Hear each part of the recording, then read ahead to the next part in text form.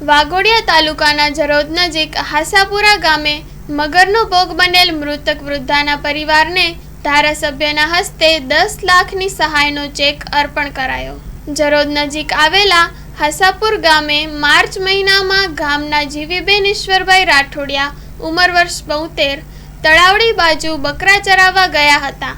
ત્યાં બકરાઓને બપોરનો સમય હોવાથી જીવીબેન બકરાઓને પાણી પીવડાવવા તલાવડીના કિનારે પાણી પાસે જતા અચાનક તળાવમાંથી મગરે જીવીબેન પર હુમલો કરી તળાવના ઊંડા પાણીમાં મગર ખેંચી ગયો હતો। જે બાદ તલાવડીના જાળી ઝાખરમાં મગરના મોઢામાંથી જીવીબેનની લાશ છોડાવી હતી।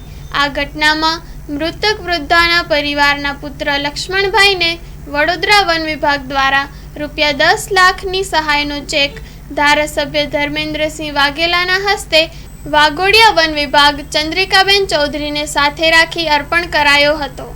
આ પ્રસંગે તાલુકા ભાજપ પ્રમુખ જય જોશી, મહામંત્રી વિરેન્દ્રસિંહ, ગામના સરપંચ તથા પંચાયતી તલાટી મનોજભાઈ શાહ સહિત ગ્રામજનો હાજર રહ્યા હતા। Story report by Jignesh Shah, Waghodia.